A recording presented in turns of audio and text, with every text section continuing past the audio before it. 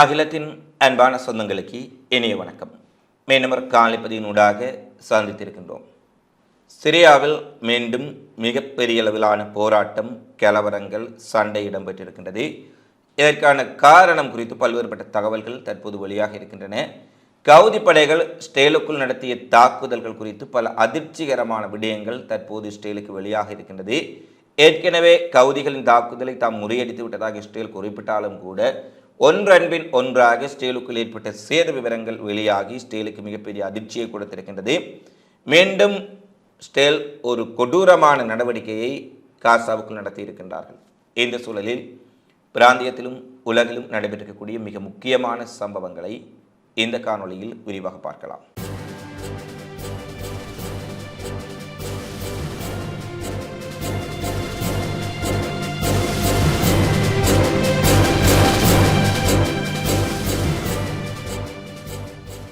முதலில் சிரியாவில் மிகப்பெரிய அளவிலான போராட்டம் ஆரம்பித்திருக்கின்றது. சில இடங்களில் இந்த போராட்டம் கலவரமாக மாறியிருக்கின்றது. இந்த கலவரங்கள் போராட்டத்துக்கு மத்தியில் இடம்பெற்ற மோதலில் 2 சிரிய கிளர்ச்சி படையினர் கொல்லப்பட்டிருக்கின்றார்கள். 5 பேர் வரை காயப்படுத்தப்பட்டிருக்கின்றார்கள் என்ற செய்திகள் தற்போது வெளியாக இருக்கின்றன. குறிப்பாக சிரியாவில் டமாஸ்கஸ் உட்பட அலப்போ உட்பட முக்கிய நகரங்களை கிளர்ச்சி படைகள் கைப்பற்றிய பின்னர் நடைபெறக்கூடிய மிகப்பெரிய போராட்டம், கலவரமாக இது பார்க்கப்படுகின்றது.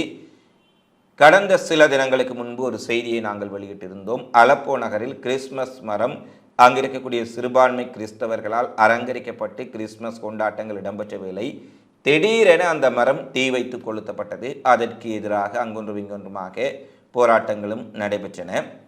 பின்னர் அந்த பகுதியில் அலப்போ நகரத்தில் அமைந்திருக்கக்கூடிய ஷியா முஸ்லிம்களினுடைய வணக்க ஸ்தலங்கள் சிலவும் தாக்குதலுக்குள்ளாக இருக்கின்றன. இந்த நிலையில் தற்பொழுது அலப்போவில் இருக்கக்கூடிய சிறுபான்மை அலாவைட் மற்றும் ஷியா முஸ்லிம் சமூக உறுப்பினர்களால் இணைக்கப்பட்டு இந்த வணக்க ஸ்தலங்களுக்கு எதிராக நடத்தப்பட்ட தாக்குதலுக்கு நீதி கேட்டு மிகப்பெரிய அளவிலான ஒரு போராட்டம் ஆரம்பித்திருக்கின்றது. ஆரம்பத்தில் அலப்போவின் நகரப்பகுதிக்கு சிறிய எண்ணிக்கையிலான மக்கள், நூற்றுக்கணக்கானவர்கள் ஒன்று கூடிய போராட்டமாக ஆரம்பித்தது. தற்போது ஆயிரக்கணக்கான மக்கள் ஒன்று கூடிய சிரியா முழுவதும் விரிவடைந்த போராட்டமாக மாறியிருக்கின்றது. ஆரம்பத்தில் அலப்போ நகரில் இடம்பெற்ற போராட்டம் தற்போது ஹோம் நகரில், டமாஸ்கஸில் என சிரியா முழுவதும் பரவி இருக்கின்றது. இது ஒரு மிகப்பெரிய அளவிலான போராட்டமாக மாறியிருக்கும் சூழ்நிலையில் ஆரம்பத்தில் இந்த போராட்டத்தை சாதாரணமாக எடுத்துக்கொண்ட சிரிய கிளர்ச்சி படை தற்பொழுது இந்த போராட்டத்தின் காரணமாக அந்த பகுதிகளில் இரவு முழுவதும் ஊரடங்கு சட்டத்தை அமுல்படுத்தும் அளவுக்கு நிலைமை கைமீறி சென்றிருக்கின்றது. பல இடங்களில் ஊரடங்கு சட்டம் அமுல்படுத்தப்பட்டிருப்பதாக சிரியாவினுடைய கிளர்ச்சி படை தெரிவித்திருக்கின்றது. அதே போல இந்த போராட்டங்கள் இடம்பெற்ற மோதல்களில் சிக்கி சிரிய கிளர்ச்சி படை, அதாவது ஹயாத் தஹ்ரீர் அல் ஷாம் இயக்கத்தில் இருந்து 2 பேர் கொல்லப்பட்டிருக்கின்றார்கள், 5 பேர் வரை காயப்படுத்தப்பட்டிருக்கின்றார்கள் என்ற செய்திகளும் வெளியாக இருக்கின்றன. எனவே சிரியாவை கைப்பற்றிய இந்த கிளர்ச்சி படைக்கு ஒரு மிகப்பெரிய அளவிலான நெருக்கடி, இதுவரை இல்லாத ஒரு நெருக்கடி இந்த போராட்டத்தின் காரணமாக ஏற்பட்டிருக்கின்றது என்றுதான் சொல்ல வேண்டும். இது சாதாரணமாக சிறுபான்மை மக்கள் மீது, அவர்களுடைய வணக்க ஸ்தலங்களின் மீது நடத்தப்பட்ட தாக்குதலின் எதிரொலியாக மக்களுக்கு ஏற்பட்ட கோபமா, அல்லது இதை யாராவது தூண்டிவிட்டு மோதலை ஏற்படுத்தி பின்னணியில் ஏதாவது சேட்டுத்தங்கள் இருக்கின்றதா என்பதை சரியாக குறிப்பிட முடியவில்லை. இருந்த போதிலும் அது எந்த மதமாக இருந்தாலும் மக்களுடைய வணக்க ஸ்தலங்கள் தாக்குதலுக்குள்ளாவது ஏற்றுக்கொள்ள முடியாத ஒரு விடயம். அது இஸ்லாம் மதத்தினருடைய பள்ளிவாசலாக இருக்கலாம், கிறிஸ்தவ மதத்தினருடைய தேவாலயங்களாக இருக்கலாம், இந்துக்களுடைய கோவிலாக இருக்கலாம், பௌத்தர்களுடைய விகாரிகளாக இருக்கலாம். எந்த ஒரு மனிதநேயம் மிக்க மாண்புமிக்க சமுதாயத்திலே இன்னொரு மக்களுடைய அல்லது கூட்டத்தினருடைய வணக்க ஸ்தலங்களை சேதப்படுத்துவதை, அழிப்பதை ஏற்றுக்கொள்ள முடியாது. இதைத்தான் நாங்கள் ஆரம்பம் முதலில் குறிப்பிடுகின்றோம். இஸ்ரேல் காசாவில் நடக்கும் யுத்தத்தில் அவர்கள் அதிக அளவில் அழித்திருப்பது பள்ளிவாசல்களை. அதேபோல லெபனானிலும் பாரம்பரியமிக்க வரலாற்று ரீதியிலான பள்ளிவாசல்களை எல்லாம் அழித்தொழித்திருக்கின்றார்கள். அதே போல பல்வேறுபட்ட விடயங்களை செய்தாலும் அந்த பள்ளிவாசல்கள் அழிப்பு என்பது அந்த மக்கள் மீது, அந்த மதத்தை பின்பற்றக்கூடியவர்கள் மீது விடுக்கப்படுகின்ற மிகப்பெரிய அளவிலான ஒரு அச்சுறுத்தலாக பார்க்கப்படுகின்றது. இந்த நிலையில் தான் சிரியாவிலும் தேவாலயங்கள் தாக்கப்பட்டதாக இருக்கலாம், சியா பிரிவு முஸ்லிம் மக்களுடைய வணக்கஸ்தலங்கள் தாக்கப்பட்ட விடயங்கள் ஏற்றுக்கொள்ள முடியாதவை என்பதை நாம் அறுதியாக கூற விரும்புகின்றோம். ஏனெனில் அங்கிருக்கும் சிறுபான்மை மக்களுக்கு பாதுகாப்பு கொடுக்க வேண்டியது நிச்சயமாக அங்கு ஆளுந்தரப்பினருடைய அல்லது கட்டுப்பாட்டில் வைத்திருக்க வேண்டியவர்களுடைய மிக முக்கியமான கடமையாக இருக்கின்றது. ஏனெனில் இஸ்ரேல் தாங்கள் பெரும்பான்மையாக இருப்பதை கருத்தில் கொண்டு காசாவில் எவ்வாறு பாலஸ்தீனர்களின் அடையாளங்களை அழிக்க முனைந்தார்களோ அதே போல சிரியாவிலும் சிறுபான்மை மக்களுடைய அடையாளங்கள் அளிக்கப்படும் விடயம் அங்கு மிக பெரும் போராட்டமாக மாறி இருக்கின்றது. குறிப்பாக சியா முஸ்லீம் பகுதிகளிலும் மிகப்பெரிய போராட்டம் வெடித்திருக்கின்றது. இந்த போராட்டத்தை அடக்க முடியாமல் சிரிய கிளர்ச்சிப்படை ஊரடங்கு உத்தரவை பிறப்பித்திருக்கின்றார்கள் என்ற செய்தி ஒருபுறம் வெளியாகி இருக்க, நேற்றைய தினம் ஈரானின் உடைய வெளியுறவுத்துறை அமைச்சர் அல் அராக்ஷி ஒரு விடயத்தை தெரிவித்திருக்கின்றார். அவரிடம் ஊடகவியலாளர்கள் எழுப்பிய ஒரு கேள்விக்கு அவர் பிரஸ் மீட்டிங்கில் குறிப்பிடுகின்றார். அப்பாஸ் அராக்ஷி சிரிய எதிர்ப்பாளர்களிடமிருந்து கடுமையான விமர்சனத்துக்கு பின்னர் குறிப்பாக புதிய சிரிய கிளர்ச்சிப்படையினுடைய அரசாங்கம் எந்த பாதையில் செல்ல வேண்டும் என்பது குறித்து இன்னும் சில நாட்களில் தீர்க்கமான முடிவுகளை நாங்கள் அறியக்கூடியதாக இருக்கும்.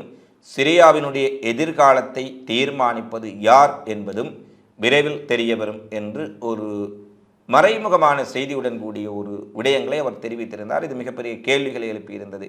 ஏனெனில் சிரியாவினுடைய ஆட்சி, இந்த கிளர்ச்சிப்படையின் ஆட்சி எவ்வாறு நீடிக்கப் போகின்றது, சிரியாவின் எதிர்காலத்தை யாரெல்லாம் தீர்மானிக்கப் போகின்றார்கள் என்று பல விடயங்கள் அதில் மறைந்திருந்தன. அவர் இவ்வாறு கருத்து வெளியிட்டு ஒரு நாள் கடந்து செல்வதற்கு 24 மணி நேரத்திற்குள் அங்கு மிகப்பெரிய அளவிலான போராட்டங்கள் கிளர்ச்சிப்படைக்கு எதிராக ஆரம்பித்திருக்கின்றது.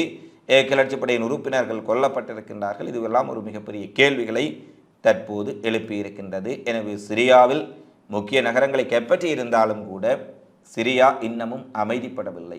சிரியா இன்னமும் போர்க்களமாகவே காணப்படுகின்றது, பதற்றமாகவே இருக்கின்றது என்பதுதான் அங்கு கவலைக்குரிய விடயமாக இருக்கின்றது. அடுத்து கவுதி படையினருடைய தாக்குதல்கள் கடந்த 10 நாட்களுக்குள் இஸ்ரேல் மீது 6 தடவைகள் அவர்கள் ஏவுகணைகள், பாலிஸ்டிக், கேப்பசோனிக் ஏவுகணைகள், ட்ரோன்களை கொண்டு தாக்கியிருப்பதாக IDF தெரிவித்திருக்கின்றது. என்றுமில்லாதவாறு கவுதி படையினுடைய தாக்குதல்கள் தீவிரப்படுத்தப்பட்டிருக்கின்றன.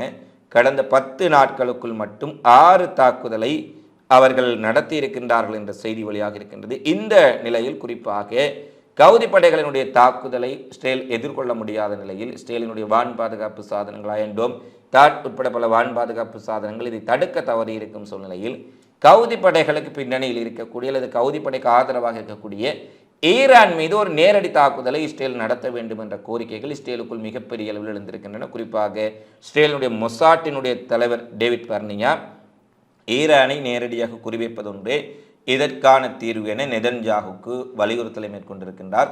அதே போல இஸ்ரேலினுடைய அமைச்சரவையில் இருக்கக்கூடிய சிமோரிச்சாக இருக்கலாம், பென்கவிர் போன்றவர்களும் ஈரான் மீது நேரடி தாக்குதலை நடத்தினால் மட்டுமே கவுதிகளை தடுக்க முடியும் என்ற கோரிக்கைகளையும் விடுத்திருப்பதால் இஸ்ரேலினுடைய அமைச்சரவைக்குள்ளும் இராணுவ தரப்புக்கும் இடையிலும் ஒரு மிகப்பெரிய வாத பிரதிவாதங்கள், மிகப்பெரிய குழப்பமான நிலை காணப்படுகின்றது. ஒருவேளை ஈரான் மீது இவர்கள் தாக்குதலை நடத்தினால் ஈரானும் பதிலுக்கு தாக்குதலை நடத்த முற்பட்டால் அது மிகப்பெரிய இஸ்ரேல் ஈரான் போராக வெடிக்குமா என்பது ஒருபுறம் இருக்க, கவுதிகளை நேருக்கு நேர் கட்டுப்படுத்த முடியவில்லை. அமெரிக்காவின் உதவியை கேட்டிருக்கின்றார்கள்.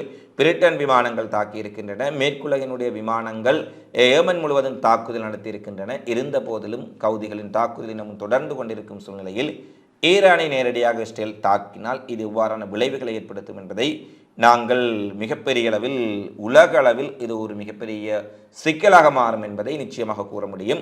இந்த நிலையில் கவுதிப்படை நடத்திய தாக்குதல் குறித்து பல்வேறுபட்ட செய்திகளை நேற்றைய தினம் வெளியிட்டிருந்தோம்.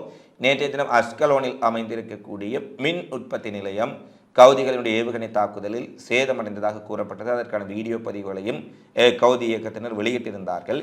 இந்த நிலையில் கவுதி படைகளுடைய தாக்குதல் ஏவுகணைகளை, ட்ரோன்களை இஸ்ரேலுக்குள் வருவதற்கு முன்பே நாங்கள் இடைமறித்து அழைத்து விட்டோம் என இஸ்ரேல் கூறினாலும் சில ஏவுகணைகள் அங்கு வீழ்ந்து வெடித்திருக்கின்றன.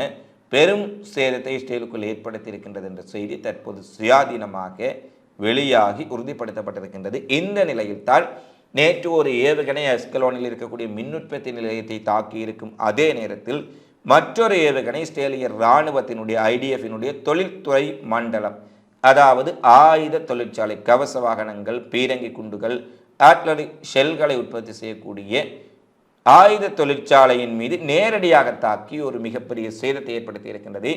அதில் இஸ்ரேலினுடைய ஆயுத தொழிற்சாலையின் ஒரு பகுதி பற்றி எறிந்திருக்கின்றது என்ற செய்திகளை இஸ்ரேலில் இருக்கக்கூடிய சமூக வலைத்தளங்களை வெளியிட்டிருக்கின்றார்கள். அவர்கள் வெளியிட்டிருக்கக்கூடிய நோக்கம் கவுதிகள் இவ்வளவு பெரிய தாக்குதலை நடத்தியிருக்கின்றார்கள், எனவே கவுதிகள் மீது, ஏமன் மீது இன்னமும் கடுமையான தாக்குதலை நடத்த வேண்டும் என்ற நோக்கத்தில் அவர்கள் வெளியிட்டிருந்தாலும் கூட நேற்றைய தாக்குதல் இஸ்ரேலுக்கு மிகப்பெரிய சேதத்தை கவுதிகளின் தாக்குதல் ஏற்படுத்தி இருக்கின்றது என்பது இந்த விடயங்களினூடாக தெளிவாக இருக்கின்றது. இஸ்ரேல் இராணுவத்தின் ஆயுத தொழிற்சாலை மிகப்பெரிய அளவில் சேதமாக்கப்பட்டிருக்கின்றது என்பதை தெளிவாக பார்க்கக்கூடியதாக இருக்கின்றது. அடுத்து போலந்தில் நடைபெறக்கூடிய ஆஷ்விட்ஸ் நிகழ்வு இதற்கு நெதன்யாகு செல்வாரா இல்லையா என்பதுதான் மிகப்பெரிய கேள்வியாக இருந்திருக்கிறது. ஏனெனில் போலாந்து ICC சர்வதேச குற்றவியல் நீதிமன்றத்தினுடைய ஆணையை ஏற்றுக்கொண்டிருக்கக்கூடிய அதனுடைய சரத்துக்களை அங்கீகரித்திருக்கக்கூடிய ஒரு நாடு. எனவே சர்வதேச குற்றவியல் நீதிமன்றத்தை ஏற்றுக்கொண்டு ஒரு நாட்டுக்குள் போர்க்குற்றவாளி இனப்படுகொலையாளி என தண்டனை அறிவிக்கப்பட்டிருக்கும் நெதன்யாகு சென்றால் அவரை கைது செய்ய வேண்டிய ஒரு நிலை ஏற்படும். இவரை செல்வாரா, அவர்கள் கைது செய்வார்களா என்றெல்லாம் மிகப்பெரிய விவாதம் போலந்து ஊடகங்களிலும் இஸ்ரேல் ஊடகங்களிலும் அமெரிக்க ஊடகங்களிலும் கூட இடம்பெற்று வந்தது. ஆனால் நேற்றைய தினம் போலந்தினுடைய வெளியுறவுத்துறை அமைச்சர் உறுதியாக சொல்லிவிட்டார், போலந்துக்குள் நெதன்யாகு வந்தால் நாங்கள் கைது செய்வோம் என அந்த விடயத்துக்கு ஒரு முற்றுப்புள்ளி வைத்திருந்தார். இதன் காரணமாக ICC வழங்கிய காசா போர்க்குற்ற குற்றச்சாட்டுகளால் தான் கைது செய்யப்படும் அச்சம் இருப்பதால் அவர் அந்த நிகழ்வுக்கு செல்வதை நிறுத்தி இருப்பதாகவும் அதற்கு பதிலாக இஸ்ரேலினுடைய கல்வி அமைச்சர் ஜோ கிஷ் அவர்கள் ஜனவரி 27 கலந்து கொள்வார் என்ற செய்திகளையும் இஸ்ரேல் தற்போது அதிகாரப்பூர்வமாக வெளியிட்டிருக்கின்றார்கள். இது சர்வதேச அளவில் இஸ்ரேலின் இனப்படுகொலைக்கு கிடைத்திருக்கக்கூடிய ஒரு ராஜதந்திர தோல்வியாக பார்க்கப்படுகின்றது. அடுத்து இஸ்ரேல் காசாவில் நடத்திய கொடூரமான வான்வழி தாக்குதலில் 5 ஊடகவியலாளர்கள் இன்று அதிகாலை கொல்லப்பட்டிருக்கின்றார்கள் என சர்வதேச ஊடகங்கள் செய்தி வெளியிட்டிருக்கின்றார்கள். காசாவின் நூஸ்ராத் அகதி முகாமில் இருக்கக்கூடிய அல் அவுதா மருத்துவமனை அருகே அங்கு இஸ்ரேல் நடத்திய குண்டுவீச்சில் கொல்லப்பட்ட மக்களினுடைய நிலை, அங்கிருக்கக்கூடிய மருத்துவமனைகள் தாக்குதலுக்குள்ளான நிலைமை குறித்து அவர்கள் நேரடி ஒளிபரப்பை செய்து கொண்டிருந்த போது இஸ்ரேல் அவர்கள் மீது தாக்குதல் நடத்தியிருக்கின்றது. அதாவது அவர்கள் சென்ற வாகனம் பெரிய எழுத்துக்களில் பிரஸ் ஊடகம் என்று சிவப்பு நிற எழுத்துக்களில் மிக பெரிய அளவில் அடையாளப்படுத்தப்பட்ட போதிலும் பிரஸ் ஊடகம் என்று தெரிந்து கொண்டே அவர்கள் அந்த வாகனத்தின் மீது தாக்குதலை நடத்தி இருக்கின்றார்கள். இதில் 5 ஊடகவியலாளர்கள் அநியாயமாக கொல்லப்பட்டிருக்கின்றார்கள். இஸ்ரேல் எப்போதுமே அங்கு நடைபெறக்கூடிய குற்றங்களை, போர்க்குற்றங்களை மறைப்பதற்கு அதை உலகத்துக்கு தெரிவிக்கக்கூடிய ஊடகவியலாளர்கள் மீதும் ஊடக நிறுவனங்கள் மீதும் தொடர்ச்சியாக தாக்குதலை நடத்தி கொண்டிருக்கின்றார்கள். இந்த அக்டோபர் 7 தாக்குதலின் பின்னர் காசாவில் மட்டும் 100கணக்கான ஊடகவியலாளர்கள் கொல்லப்பட்டிருக்கின்றார்கள். அதிலும் குறிப்பாக அல் ஜசீரா ஊடகத்தினுடைய ஊடகவியலாளர்கள் தேடி தேடி அவர்களுடைய குடியிருப்புகளிலேயே ட்ரோன் தாக்குதல் நடத்தி கொல்லப்பட்டிருக்கின்றார்கள். ஊடக சுதந்திரம் குறித்து உலகளவில் பேசக்கூடிய அமெரிக்கா, ஐரோப்பிய ஒன்றிய நாடுகள் கூட குறிவைத்து ஊடகவியலாளர்கள், பத்திரிகையாளர்கள் உண்மைகளை உலகுக்கு கொண்டு செல்லப்படுவர்கள் கொல்லப்படும் போது அமைதியாக இருப்பது இவர்கள் எத்தகைய பத்திரிகை சுதந்திரத்தை கோருகின்றார்கள் என்பதைத்தான் மிகப்பெரிய கேள்வியாக எழுப்புகின்றது. 6 ஊடகவியலாளர்கள் ஒரே நாளில் கொல்லப்பட்டிருக்கின்றார்கள். இதுவும் ஒரு மிகப்பெரிய அளவில் அங்கே நடக்கும் உண்மைகள் வெளியுலகத்திற்கு தெரியாமல் போவதற்கு இஸ்ரேல் செய்திருக்கக்கூடிய ஒரு நடவடிக்கையாகத்தான் நாங்கள் பார்க்கக்கூடியதாக இருக்கின்றது. அடுத்து டொனாஸ்கில் ரஷ்ய படைகள் மிகப்பெரிய அளவிலான முன்னேற்றத்தை காண்பித்திருக்கின்றார்கள். உக்ரைன் இராணுவத்தினர் போர் முனைகளில் இருந்து ஆயுதங்களை கைவிட்டு நீங்கள் சரணடைந்தால் உயிர்களை காப்பாற்றிக் கொள்ள முடியும் என ரஷ்ய பாதுகாப்பு அமைச்சகம் நேரடியான அறிவிப்பை போர் முனையில் விடுத்திருக்கின்றார்கள். உக்ரைனிய துருப்புக்கள் நேவி ரூட்டில் இருக்கக்கூடிய உருமறைப்பு பதுங்குகுழிகளிலிருந்து தப்பி செல்வதை காட்டும் வீடியோவை அவர்கள் வெளியிட்டிருப்பதுடன் பின்வாங்கி செல்லுங்கள் அல்லது சரணடையுங்கள், சரணடைந்தால் நிச்சயமாக உங்கள் உயிர்கள் உறுதிப்படுத்தப்படும், காப்பாற்றப்படும் என்பதை ரஷ்யா வெளியிட்டிருக்கின்றார்கள். குறிப்பாக நோவிரூட்டின் விடுதலைக்கு பல்வேறுபட்ட சிக்கல்களின் பின்னர் இடம் கிடைத்திருப்பதாக ரஷ்யா தெரிவித்திருப்பதுடன் டொனாஸ்கினுடைய மிக முக்கியமான பகுதிகள் அனைத்தும் தங்கள் வசம் வீழ்ந்திருக்கின்றது என்ற அறிவிப்பை ரஷ்யாவினுடைய பாதுகாப்பு அமைச்சகம் வெளியிட்டிருக்கின்றார்கள். இந்த நிலையில் ரஷ்யா மிகப்பெரிய அளவிலான முன்னேற்றத்தை டொனாஸ்க் மற்றும் உக்ரைனிய பகுதிகளில் செய்திருக்கும் அதே நேரம் கிறிஸ்துமஸ் தினமான நேற்றைய தினம் ரஷ்யாவின் மிக முக்கியமான இராணுவ அலுவலகத்தின் மீது ஒரு கார் மிக வேகமாக வந்து மோதி ஒரு மிகப்பெரிய தீ விபத்து ஏற்பட்டிருக்கின்றது. இது ரஷ்ய இராணுவத்தின் ஒரு முக்கியமான அலுவலகம் என கூறப்படுகின்றது.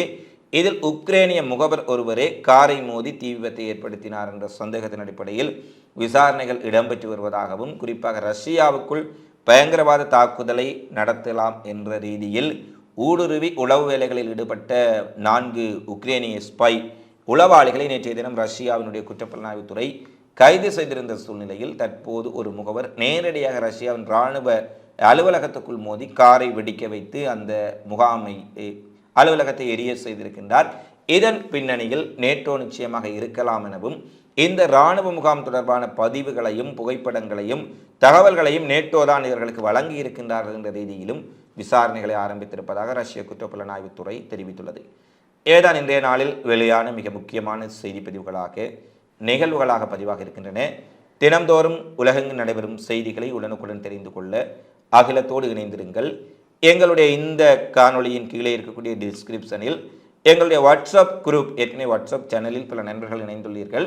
வாட்ஸ்அப் குரூப்பில் இணைந்து கொள்வதனூடாக சில வேளைகளில் சுலபமாக செய்திகளை பார்வையிட முடியும் என்ற சில நண்பர்கள் தெரிவித்ததன் அடிப்படையில் புதிய வாட்ஸ்அப் குரூப் நாங்கள் ஆரம்பித்திருக்கின்றோம். அதனுடைய இணைப்பு இந்த டிஸ்கிரிப்ஷனில் கொடுக்கப்பட்டிருக்கின்றது.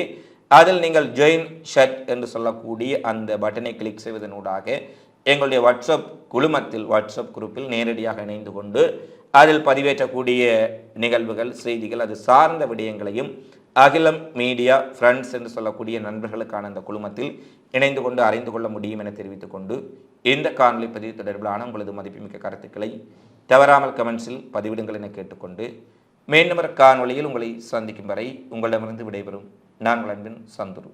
வணக்கம்.